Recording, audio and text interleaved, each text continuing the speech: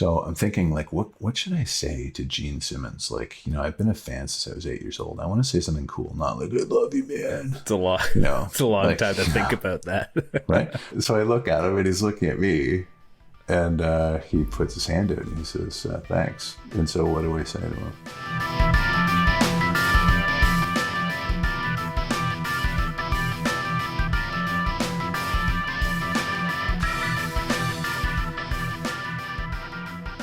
Brent, I hear you calling.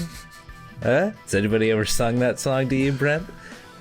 Not until now. Sung the sultry sounds of Peter Criss. That's right. Into your ears?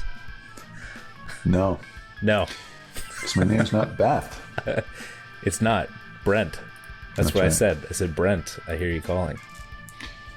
The song originally was called Beck, and it was about a girl that Peter Criss was associated with in some context named Becky.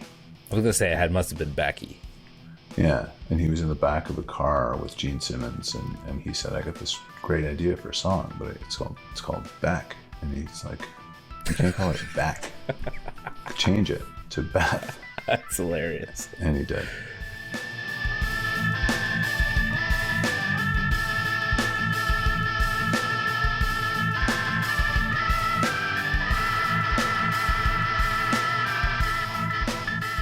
So I first wanted to say we're coming off of friggin' Rush Moving Pictures. Okay, so we come off of Rush Moving Pictures, and then I start playing Kiss Destroyer, and all of a sudden I'm feeling just like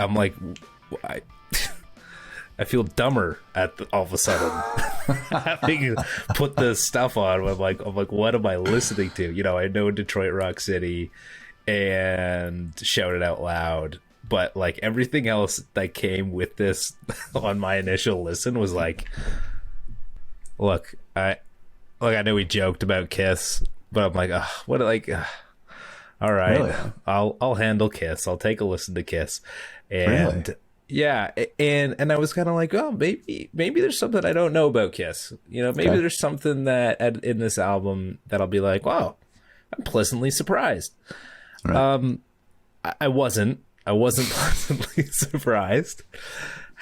However, okay, and this kind of contradicts what I said about one of our previous albums in Black Crowes Southern Harmony and Musical Companion, where it was like, when I listen to an album, I know I'm not gonna like it. When I first started listening to this album, I was like, I know I'm not gonna like it. So far, this is like, yeah, okay, I'm going against the grain here. The more I kept listening to this, the more fun I ended up having. Good for you. Listen after listen, and I just started to have fun.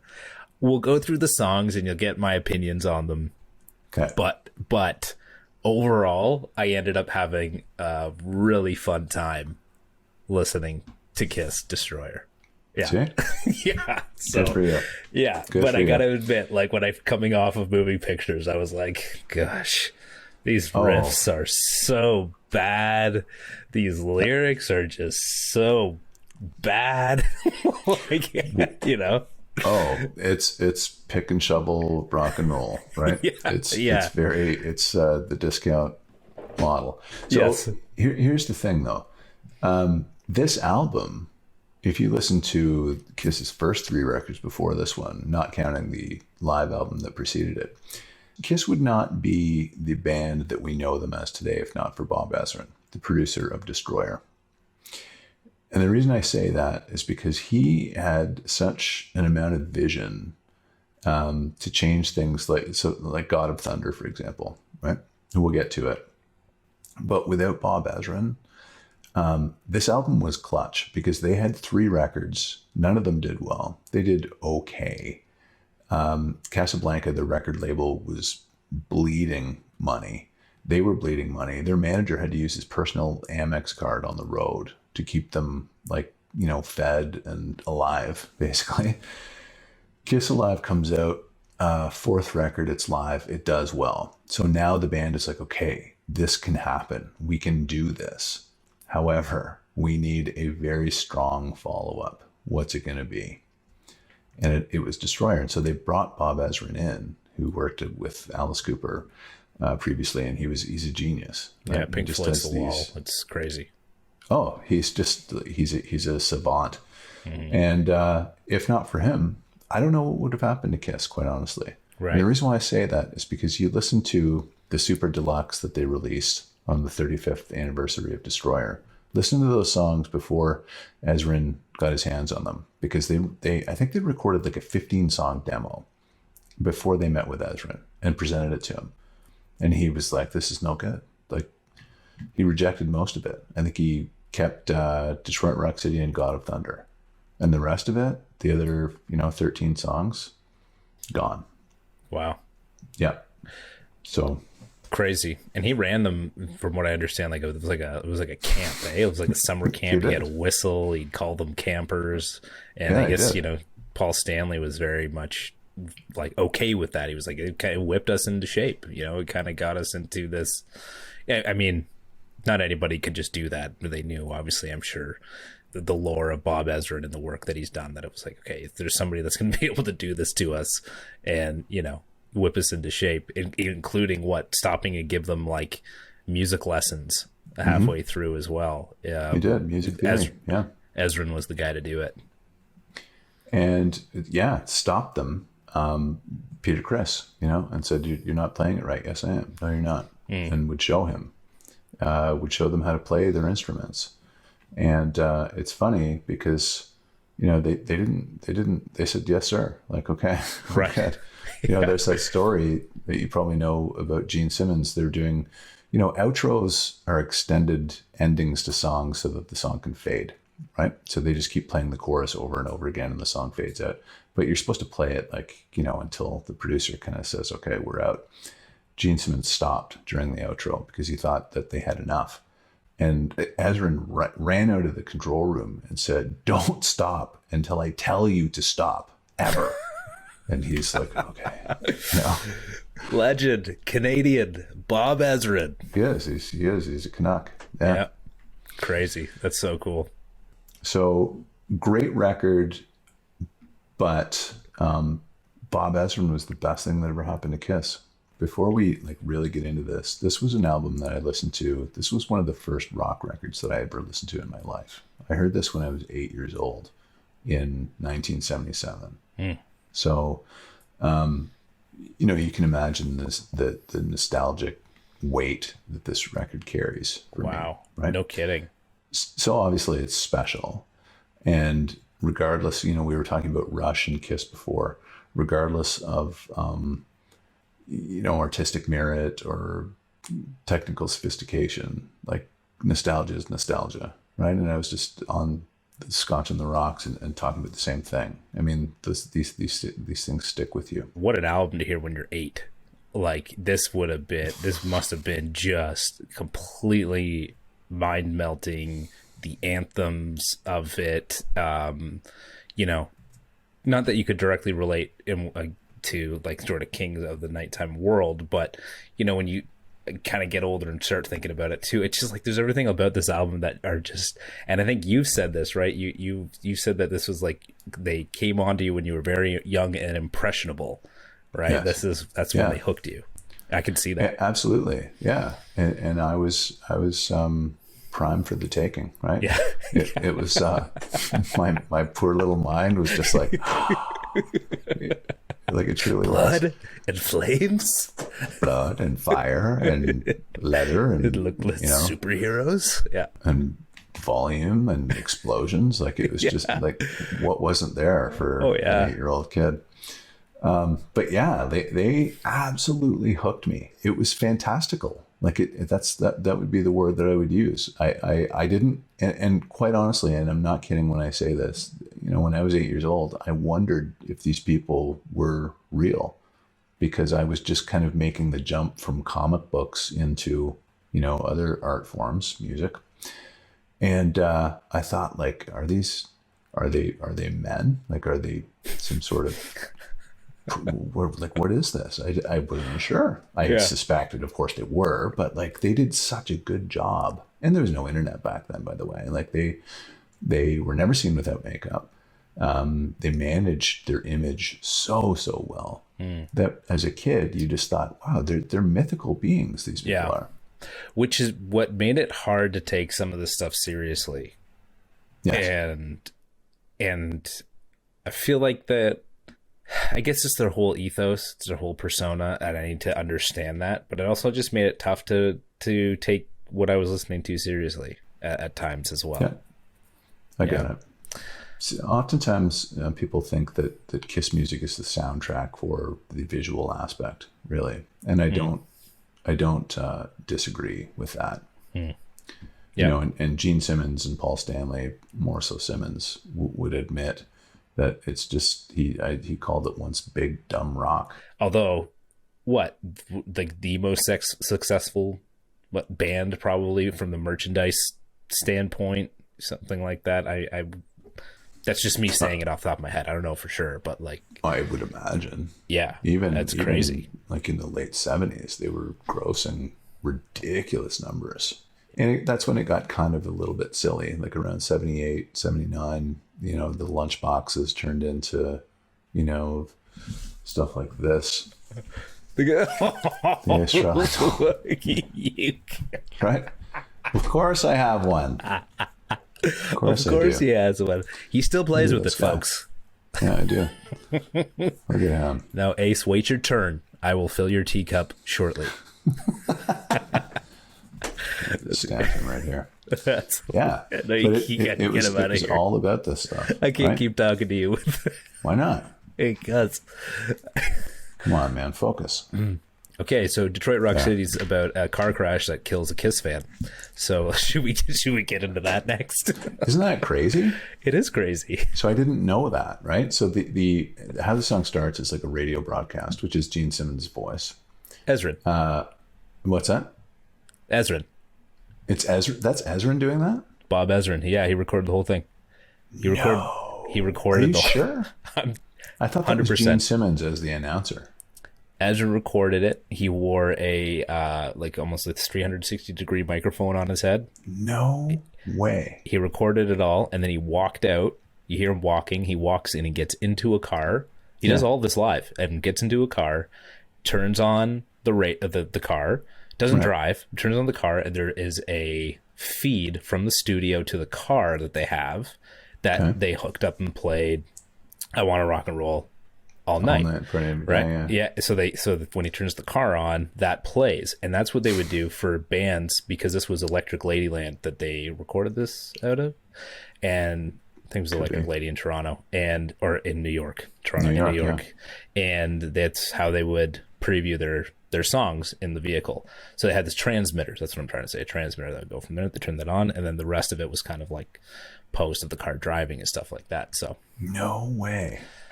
All this time since I was 8 years old, I thought that was Gene Simmons. Wow. Holy crap.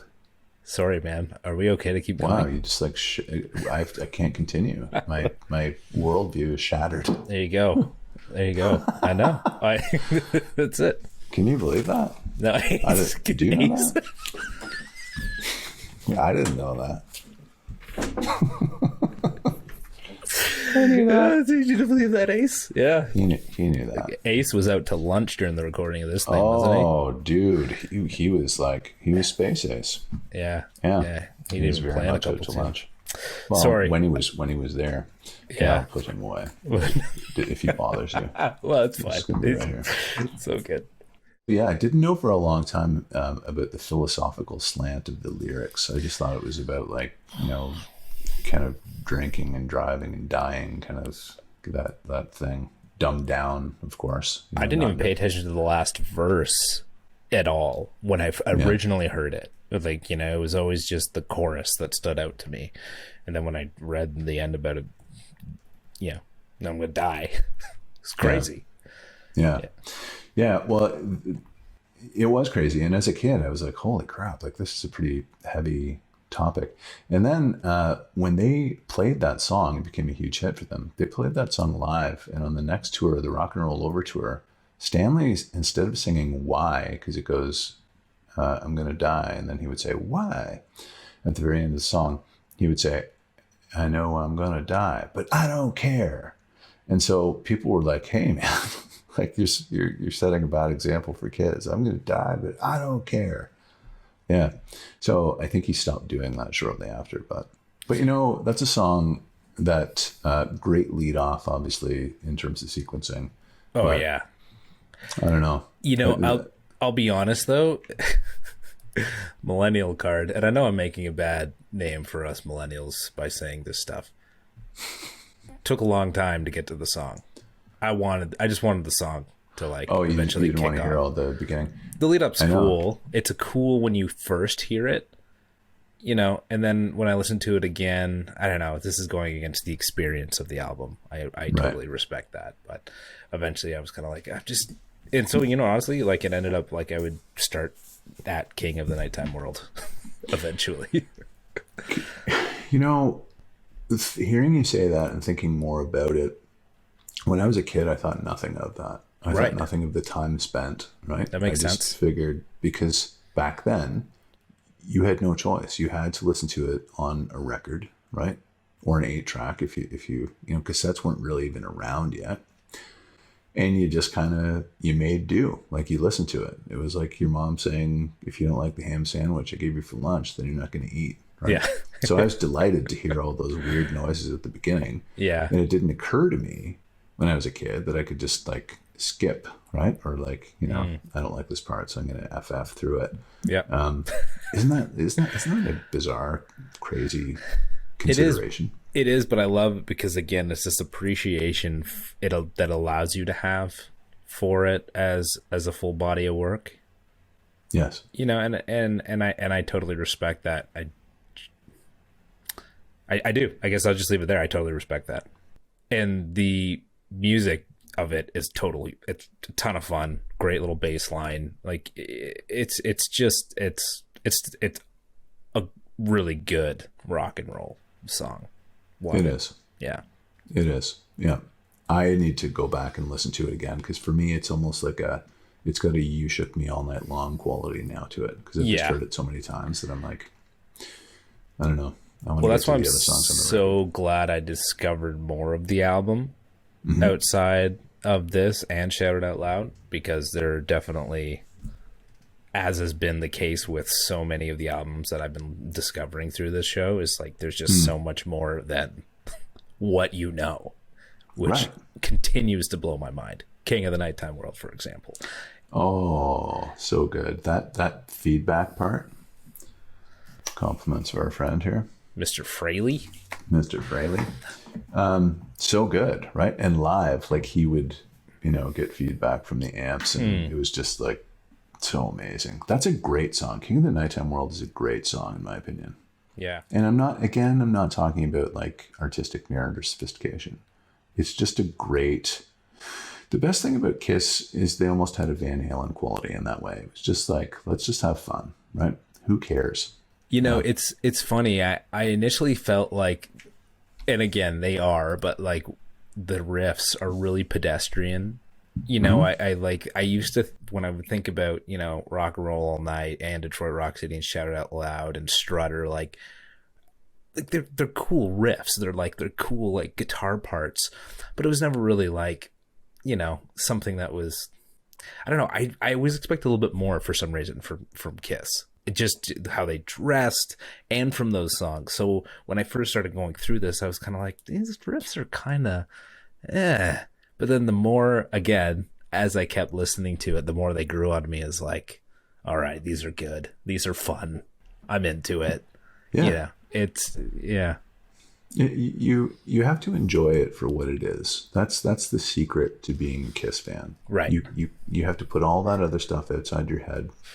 It's like those Schwarzenegger movies, right? Like Last Action Hero. Fair. There's no sophistication involved. Like you just have to enjoy that stuff for what it is. It's like sushi you get at the grocery store, right? Yeah.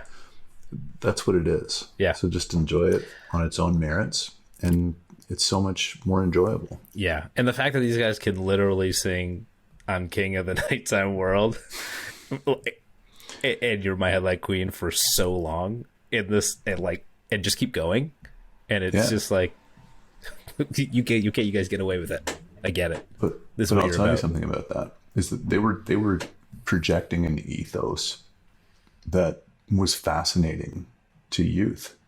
You know, this whole song is about appealing to you. This whole record is about appealing to a young generation, and they knew that. They had that vision. So, for me, I'm proof positive of that. When he was singing about him being the king of the nighttime world, you know, little like lyrics that just kind of got my attention. Like one, he says, you know, don't worry about your mom and dad. They'll never, ever know. And it's just like so defiant. It's like, my parents will never find out. Right? So much of that in this album, man. He pushed all those buttons. Yeah. He and Simmons pushed every one of those buttons for a young kid. And that's the magic behind this record. And that, in essence, is the magic behind Kiss. Completely agree. And that's what I started to understand out of this, especially with Flaming Youth, because like that just really, I think, between King of the Nighttime World and Flaming Youth really put it in perspective of who they were singing to. And I guess I should have really understood that too in terms of the Detroit Rock City movie. It was one of those aha moments, you know, again, because I've never gotten into Kiss and trying and actually, you know, getting it and understanding it through a couple of these songs. This is by far the best prism through which to kind of understand Kiss is, I believe, this record. God of Thunder is interesting. So very Paul Stanley wrote this, but this went on to be like a Gene Simmons hallmark song. Like he's known for this, obviously, because he would like spit blood during the song and do his little bass solo and breathe fire sometimes. And Paul Stanley wrote it. Yeah. And wanted to sing it. But then Ezrin told him no, or that was his decision? Yeah. He brought it in. So remember those demos I was talking about? There's like 15 songs that the band brought in. And Stanley and Simmons wrote most of them, but they wrote them on their own. I don't know if they collabed on any of them, but they brought them in.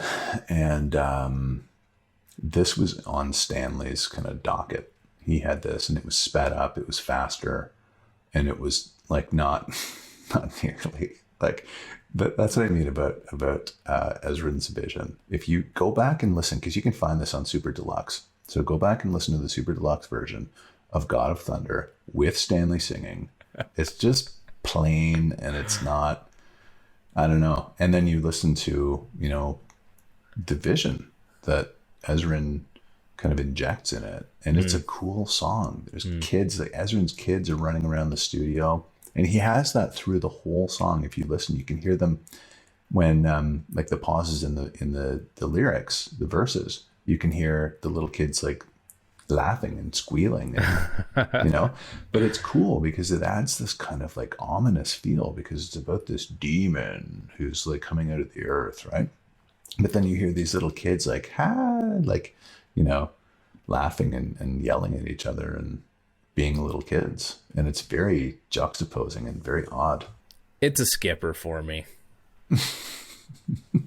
I'm not a God of Thunder fan, but you know what? When I found out about Detroit Rock City being about this guy getting killed in the car crash, I started to think that King of the Nighttime World might have been like part 2 of that, where the kid ends up going to hell, and he meets the King of the Nighttime World being the devil, and then he's the kid is like the person who went to hell is the headlight queen, you know. That's kind of what I'd gotten. And then God of Thunder was sort of like another additional take on him meeting the God of Thunder. It was really weird, but it was just kind of a part of the album. That's where it kind of took me.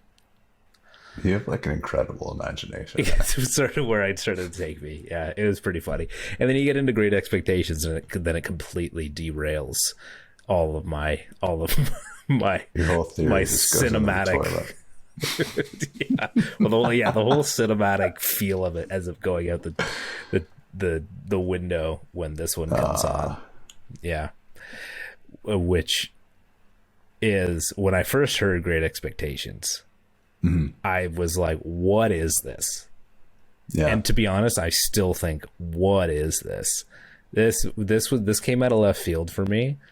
And it didn't work for me. I am not a fan. It's funny. I get it. But it's not. This is where I stopped taking them seriously.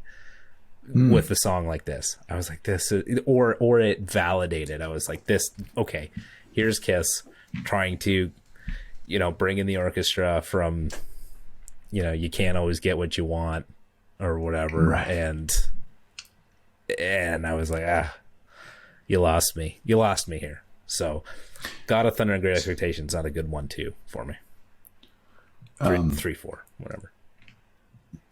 Completely divergent point of view.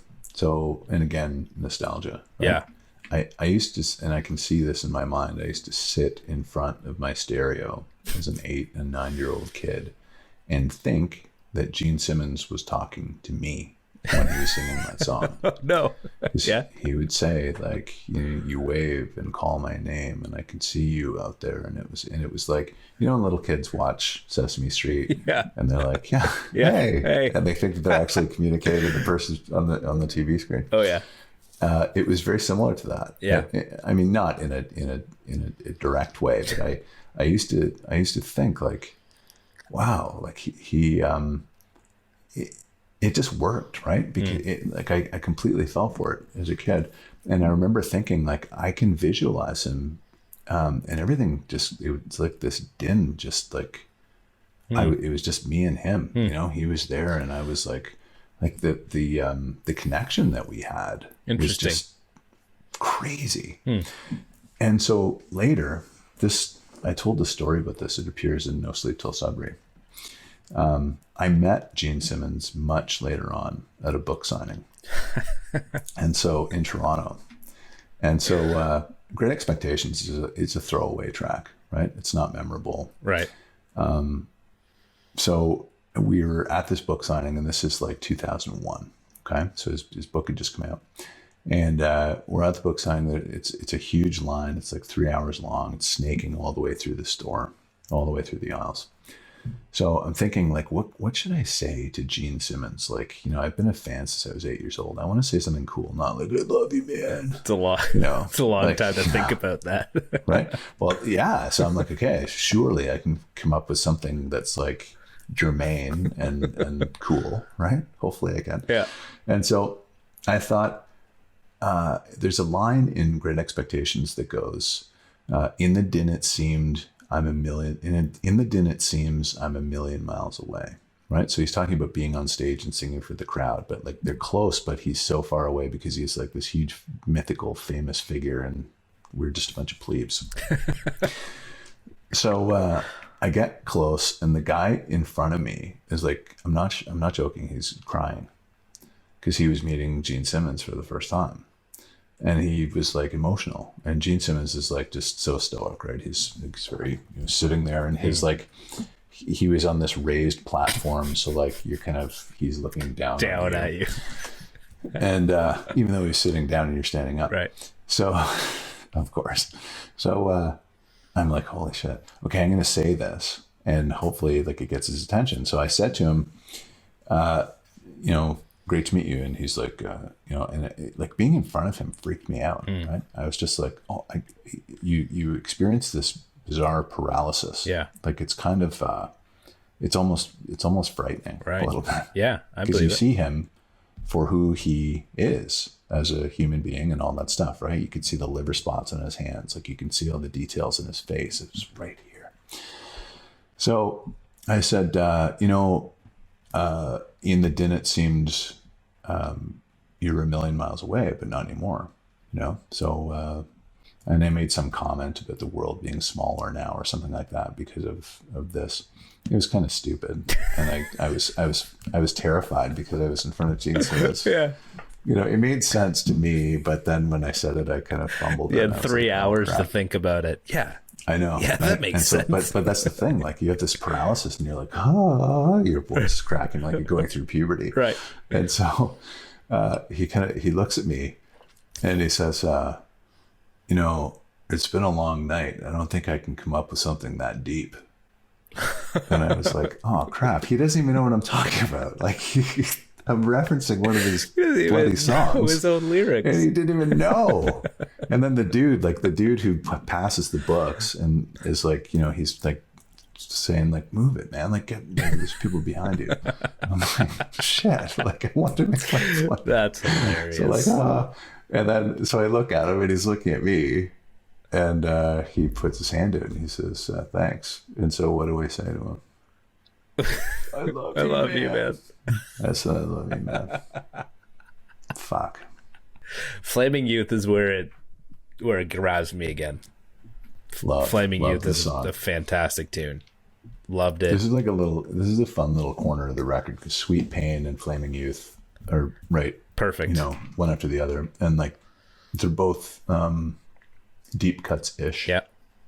And like, they don't get nearly enough attention, because I love both of them. Yeah, agreed. And actually, you know, with regards to Sweet Pain, I know that Ezra has said that guitar part was kind of a mistake. The way that the guitar is played, it sounds like, well, Dude Looks Like a Lady would end up sounding like this, in my opinion. Banana, banana, banana.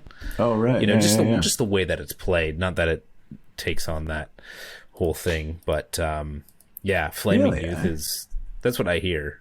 It is kind of an odd, like, syncopation, right? It doesn't flow. It's very like legato. Yeah, I think that's what I love about it, though. I loved the minute I heard the way that those guitars played out. I was like, "What is Kiss doing?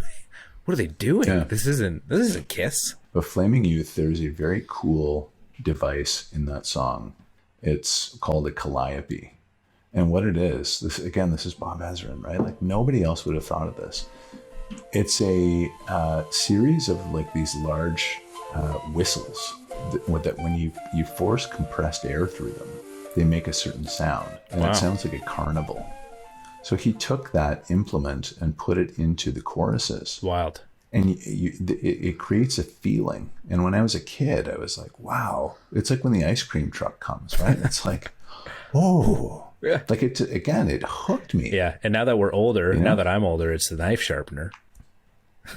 That's right. Ding, ding, ding, yeah, ding. Before it was the ice cream truck or the Dickie D, and now it's the knife sharpener. No, it's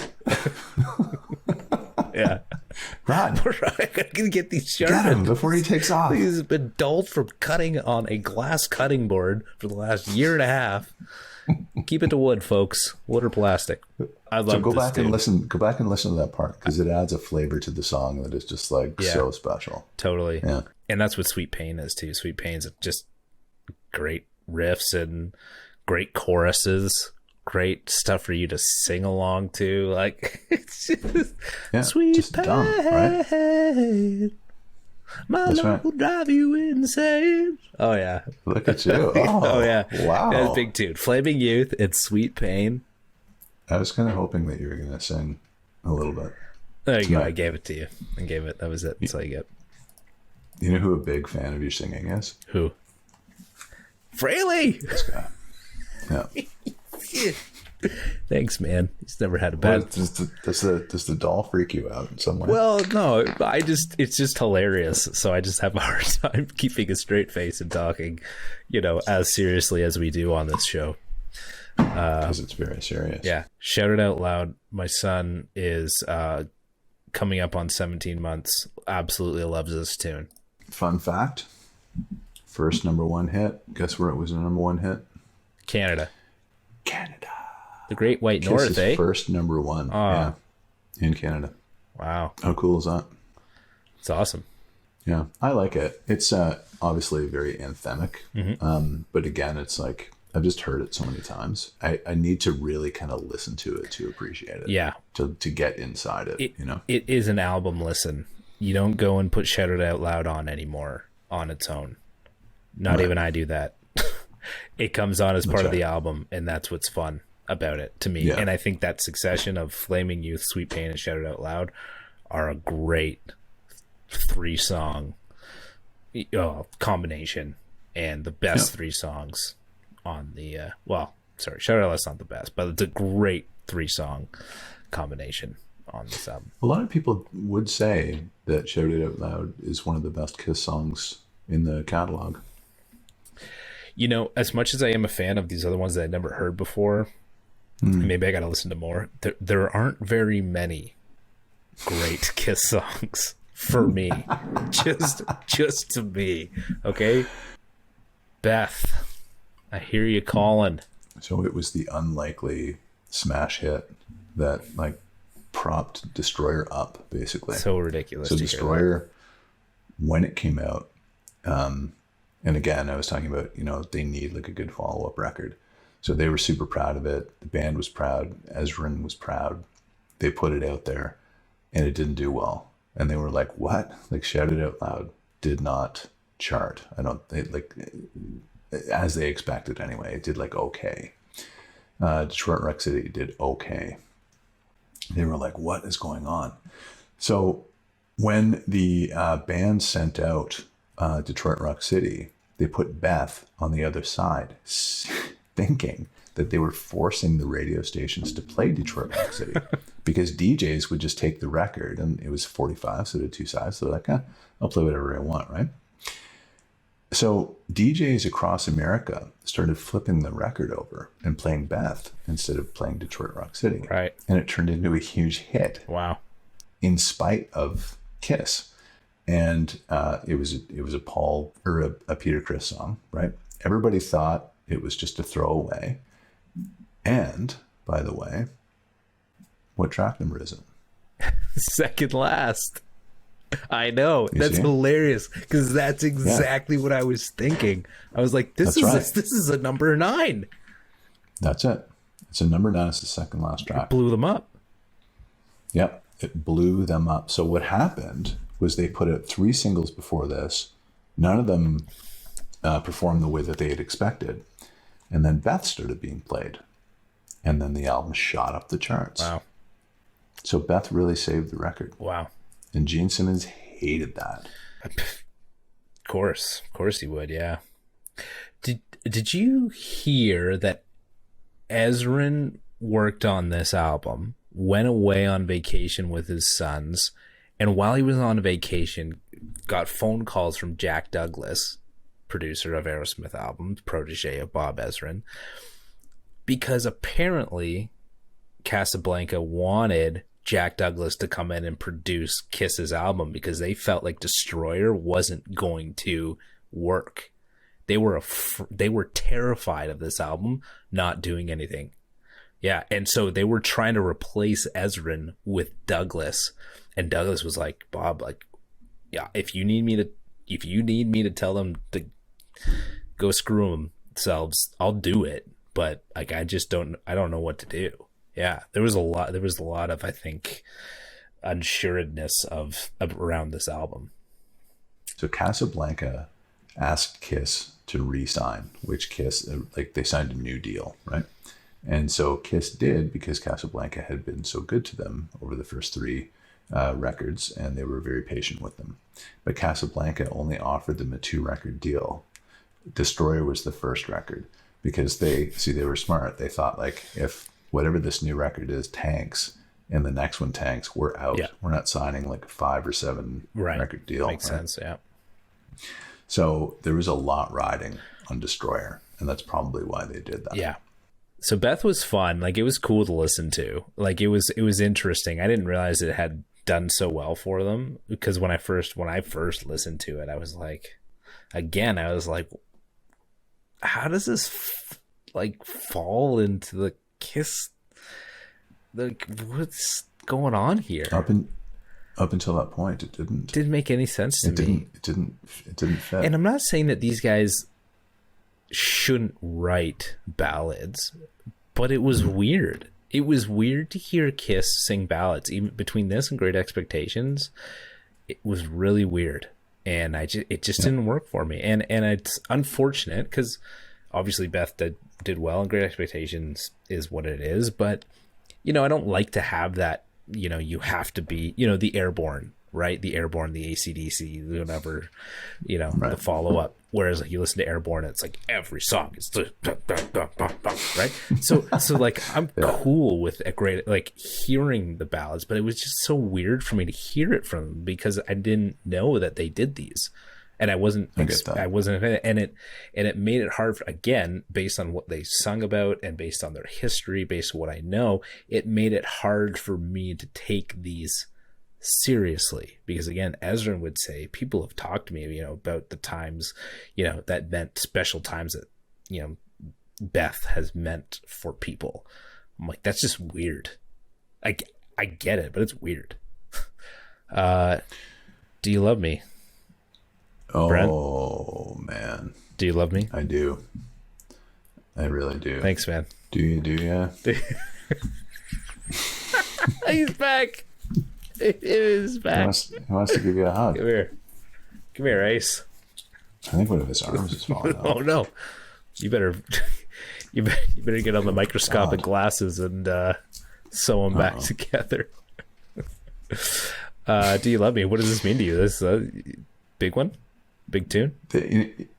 It is, and again, when I was a kid, this one reached out and grabbed me by the shirt, and the reason why this is so successful, and I think the reason why Kiss is so successful, and again, I see this through an 8-year-old's eyes, and I see the magic and the brilliance behind this, because Paul Stanley sold me a dream, really, right? When I heard this song, it was like, you really like My Limousine, you like the way the wheels roll. You know, you're my girlfriend, but everybody knows who you are from all the magazines. And it's like, oh, this guy's like a superstar. Like, this guy is killing it, right? And I fell for it. But the reality was, they weren't really even like superstars yet. They were gaining popularity. But this song would have you believe that they were ambassadors of planet Earth. Like, they ran the show, right? And I think that, you know, I was thinking about this. The reason why Kiss was so successful is because Simmons and Stanley, as I said before, they were the businessmen of the group. Like, they had the vision, right? They could see the end, and they had a lot of courage and bravery. They were cocky. And even if they didn't necessarily feel it or think it, they sold it to you and you bought it. And that was the genius behind songs like Do You Love Me? Because it was like, this guy is like a superstar, but he's not. Right. Yeah. You know, and when you think about what you know after, I don't know if you know anything about Paul Stanley. He had issues with his ear. His ear was misshapen. He had a defect, and he was extremely sensitive about it. He grew long hair and covered it, and kids teased him when he was young, and he had this huge hang up about his appearance and his image, and he was chubby as a kid. And so this guy, you know, is singing the song to you, and it's like, I'm sold, man. But like, yeah, you know, it wasn't necessarily real, right? You know, but I bought it. Yeah. Because of his salesmanship. Yeah. And that's what made Kiss great, I think. I mean, I shouldn't say great, but that's why Kiss succeeded. Yeah. You know, it's a great riff. It's a cool core. It's a great song to sing along to. I just found it funny that they're singing, Do You Love Me? You love all this stuff. You love coming to the shows, but do you love me? I'm like, and I'm thinking, like, did you really care if they loved you? Like, you think about the songs like Great Expectations, and you go, do you really care if they loved you? Actually? Well, yeah. Well, see, maybe a spin on that theme is maybe he was saying, like, you know, do you know about my misshapen ear? And do you know that I was a chubby kid? Right? Like, do you love the rock star that I'm selling you, or do you love me? Look at you. Real deep. Interesting. See? And you thought you were going to hate this record. I did not know really what to. I wanted to go into Kiss excited, and I did, but I was, again, first off, I was like, this is exactly what I was expecting. And then I opened up. I listened to it a few more times, and they converted me to a forget what you heard behind Rush and Bruce Springsteen. And the Who. right? Or Kiss. 3 amazing records. like 3 absolutely, incredible, brilliant rock, probably the top legendary records. probably the top in the top 5 of the top 500 albums of all time. This is 489, I think, on the top 500 on Rolling Stones. 489, so at least it's in the list. But Rock and Roll Party is sort of, it kind of concludes it. It's sort of that hidden track if you're listening on vinyl, track number 10 technically on streaming services. But this kind of had some peculiar pull when I was a kid. oh yeah, I was trying, it was like a mystery I couldn't solve. Was there something there that I should know that I didn't know? is it starting the next record? Well, I was wondering, so what is this? It sounds like it's being played almost like backwards or slowed down or something. Yep.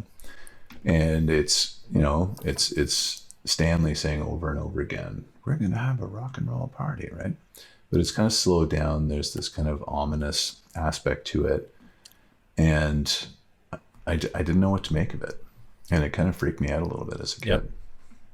Mm-hmm. Yeah, I feel that. It's nothing, right? It's just sort of like it's just a conclusion. I don't even know why it's there. Funny, right? Because you start off with this really dark story. Yeah. It doesn't go anywhere, really, It's sort of like, it's just, I guess I'm not trying to say this album should like have a beginning, middle, and end, but it's interesting that it starts the way it does and ends the way that it does. It's an interesting progression, It's sort of just a let's try and come back here album, It's like, what can we do here to make it, like, to be a formidable opponent in the music industry at this time, 76. Yeah. Well, they were like literally fighting for their lives. Yeah. So this was a make or break record, as I said. Yeah. This guy though, right here. he's a good egg. He's a little hard boiled, but he's a good egg. What do we conclude about Kiss Destroyer? This is a solid 7 out of 10 for me. This is a solid 10. This is a fun album. I had a good time with it. Eventually, once I started to understand it, once it got me into the grips of Kiss, it was fun. Yep. It was fun. Do you have anything for next week? Right now? I don't, actually. Okay. We'll let the people know. Let's make it a surprise. I love it. We'll make it a surprise. I have like 3 records in mind right now. But let's make it a surprise. I kind of like when it pops up on Facebook. It's there. With the banner. You know totally. What I mean? Well, now, yeah. To those watching, thank you. You will see the show pop up day of in your YouTube feed, should you be subscribed. Right. Because if you do subscribe, one of your enemies will be destroyed immediately.